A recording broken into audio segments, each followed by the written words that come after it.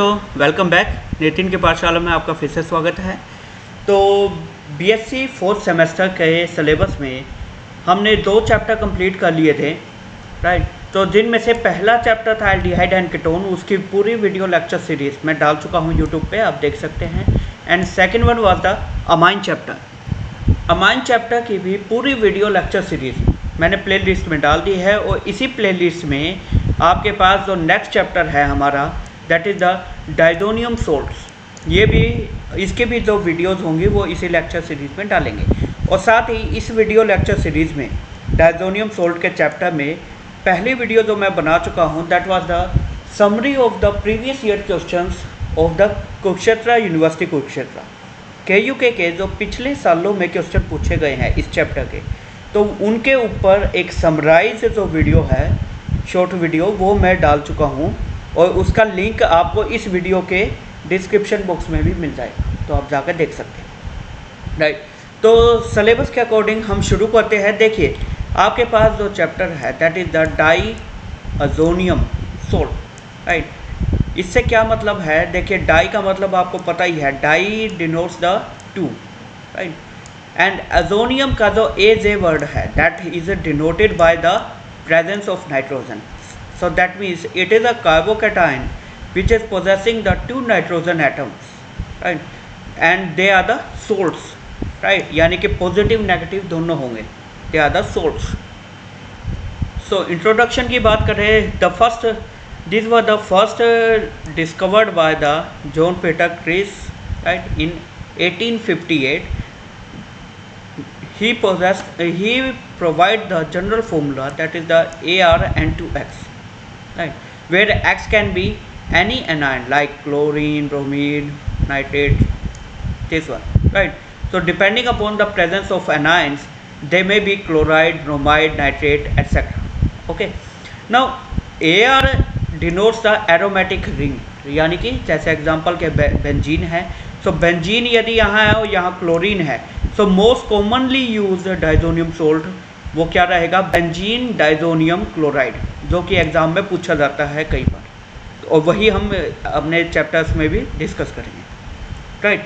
तो एरोमेटिक के लिए के पास ठीक है ये है, लेकिन but in case of aliphatic diazonium salt, यदि आपका Ar की जगह सिंपल R ग्रुप है, in that scenario such aliphatic diazonium salts are highly unstable, they unstable है, right, and they rapidly decompose even at low temperature, low temperature पे भी वो decompose हो जाते हैं and liberate the nitrogen gas. आप देख सकते हैं, this is the aliphatic diazonium salt, carbocation बनेगा, नाइट्रोजन गैस आपकी इवोल्व हो गई, राइट।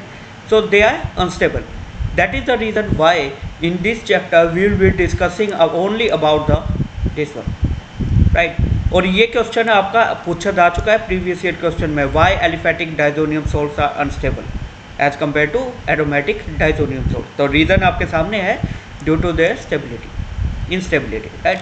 तो नोमेनक्लेचर सिस्टम की बात करें, they are named by adding suffix diazonium to the name of aromatic compound. जैसे यहाँ पे एरोमेटिक कंपाउंड क्या, बेंजीन है आपकी, so benzene, diazonium and chloride, chlorine है, so that's why chloride, okay.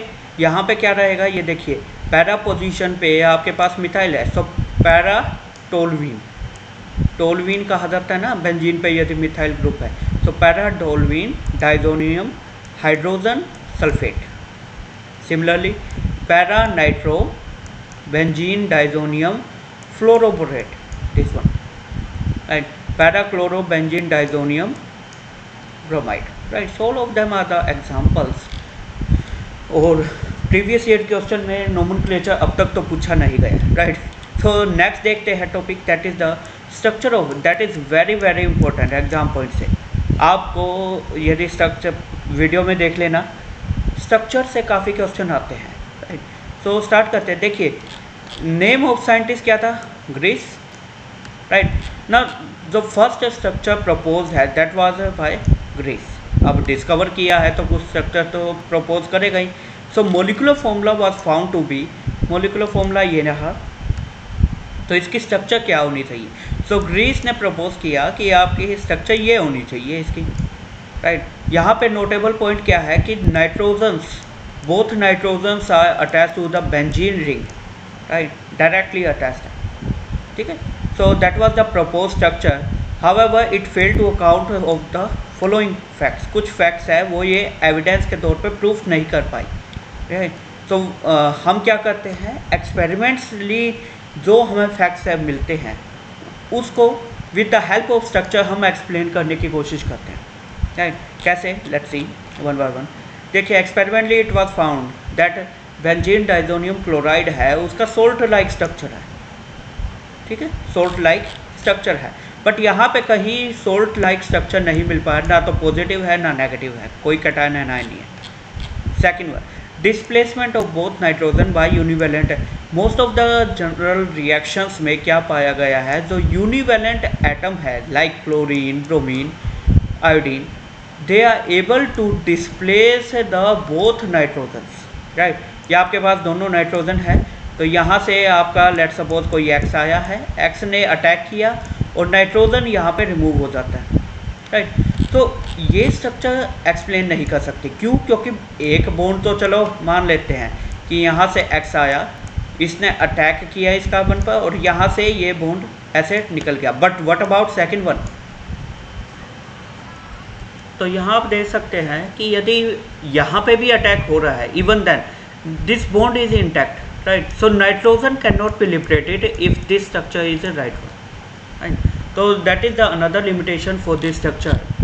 Similarly, it was found that benzene diazonium chloride was converted to phenylhydrazine when we reduce it. जब reduction करते हैं, but आपको पता है फिनाइलहाइड्राजीन की जो स्ट्रक्चर है that is well established, only one nitrogen is attach to the benzene ring.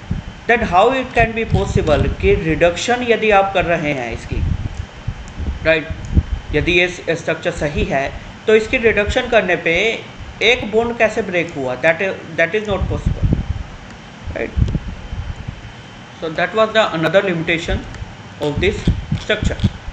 Next is the formation of हैजो कंपाउंड्स। आपके पास ये बेंजीन डाइजोनियम क्लोराइड है, ये है, तो यदि हम एजो कंपाउंड बनाते हैं तो एजो कंपाउंड में such type of structure is there, but यदि ऊपर की स्ट्रक्चर सही है तो यहाँ पे दोनों नाइट्रोजन कार्बन रिंग से अटैच है, यहाँ केवल एक कार्बन ही रिंग से अटैच्ड है, दिस वन, राइट। तो आप देख सकते हैं स्ट्रक्चर में कुछ इरेगुलरिटी है, कुछ क्लियर नहीं है, right. So these are the few examples. Now next propose structure was the Kekule structure. जैसे बेंजीन की कैक्युलर स्ट्रक्चर आपने सुनी होगी। On the similar pattern, Kekule proposed the structure for benzene diazonium chloride also, and this was the proposed structure. Right? And this structure explained most of the limitations of this above structure, most of them. But still, there were few limitations. क्या कि पहली बात है, ये structure भी salt like character को नहीं explain कर पा रही है, फर्स्ट वन। सेकेंड वन, यदि हम इस स्ट्रक्चर को देखें तो ये स्ट्रक्चर किससे मेल खाती है, एजो कंपाउंड से, राइट। सो एजो कंपाउंड्स में भी N double bond N linkage है, और इस स्ट्रक्चर के अकॉर्डिंग बेंजीन डाइजोनियम क्लोराइड में भी है, but azo compound somewhat stable होते हैं। बट यहाँ पे हम सबको ये पता है कि बेंजीन डाइजोनियम क्लोराइड है that is not so stable, right. So जो इंस्टेबिलिटी का रीज़न है वो ये स्ट्रक्चर एक्सप्लेन नहीं कर पाती, राइट। सो दो पॉइंट्स है, पहला salt like character, second instability of benzene diazonium salts. Both these points were not explained by this structure, so that's why this structure was also dumped, right। फिर उसके बाद जो सबसे इम्पोर्टेंट स्ट्रक्चर है that is the Bloom strand structure, और ये previous year questions में अक्सर पूछा गया है, ठीक है। तो काफ़ी इंपॉर्टेंट है एग्जाम पॉइंट से। So Blomstrand was the scientist who propose this structure, right. उसने ये स्ट्रक्चर प्रपोज की जहाँ पे एक नाइट्रोजन पेंटावेलेंट है and another one that is this one which is the trivalent, okay। so one is the pentavalent, one is the trivalent। now ये structure कैसे explain करती है, क्योंकि देखिए यदि ये इम्पोर्टेंट है इसका मतलब मोस्ट ऑफ द लिमिटेशंस को ये कवर अप कर रही है। देखते कैसे, पहला सोल्ट लाइक स्ट्रक्चर दिख रहा है, बिल्कुल आपके पास कैटायन भी है एनायन भी है, तो कहीं ना कहीं सोल्ट लाइक स्ट्रक्चर है। That is the reason it is readily soluble in water. Complete ionization possible है, बिल्कुल सही है। ट्रिपल बॉन्ड की प्रेजेंस, ट्रिपल बॉन्ड की प्रेजेंस वो आईआर के थ्रू हमने कंफर्म की है, राइट। पिछली प्रीवियस स्ट्रक्चर्स में कोई ट्रिपल बॉन्ड नहीं था, राइट। तो यहाँ पे ट्रिपल बॉन्ड अवेलेबल है, so that this point also proves that this structure is right one. Next, it's instability as compare to azo compound, ये भी एक्सप्लेन कर सकते हैं because this nitrogen atom that is highly tense, pentavalent है। Easily कोई भी x यदि attack करता है बेंजीन रिंग पे, सो पॉजिटिव चार्ज पहले ही है, तो this molecule can easily be removed, right. तो आपका नाइट्रोजन गैस के तौर पे इजीली रिमूव किया जा सकता है, राइट। तो ये पॉइंट भी एक्सप्लेन कर दिया है। Second, it explain the geometrical isomerism as shown by this one, वो भी शो कर सकता है। तो all the points were explained by this Blomstrand structure, right. Example के लिए ये आपके पास कुछ रिएक्शंस है, देखिए ये these are the isomers, geometrical isomers, syn form, anti form, ये बन सकते हैं और ये हमें एक्सपेरिमेंटली मिले भी हैं। ओके, तो यहाँ से क्लियर हो गया, क्योंकि आपसे प्रीवियस ईयर क्वेश्चन में कई बार पूछा गया था कि what is the Blomstrand structure, explain करें, and what are the evidences which supports this structure. तो ये सभी आपका ये पॉइंट्स रहेंगे और ये काफ़ी इंपॉर्टेंट है एग्जाम पॉइंट से, तो देख लें। तो स्ट्रक्चर हो गई, उसके बाद नेक्स्ट टॉपिक आता है that is the preparation of diazonium salts, कि इन सोल्ट्स को बनाने के क्या मेथड है हमारे पास। और इसमें बहुत ही फेमस टर्म आती है और ये प्रीवियस ईयर क्वेश्चन में कई बार पूछी भी गई थी, डाईएज़ोटाइजेशन, राइट। क्या होता है, लेट्स सी, ठीक है, one by one.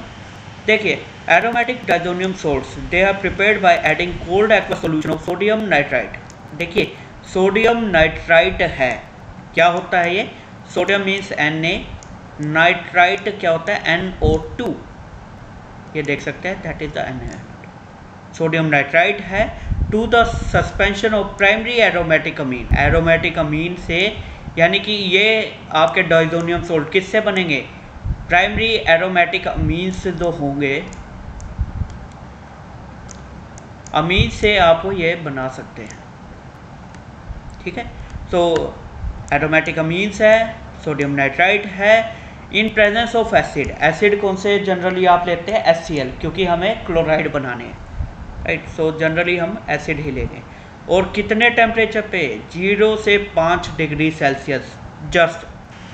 This condition is very important, ध्यान रहे जब भी आप डाईएज़ोटाइजेशन करें 0 से 5 डिग्री सेल्सियस होना बहुत ज़रूरी है।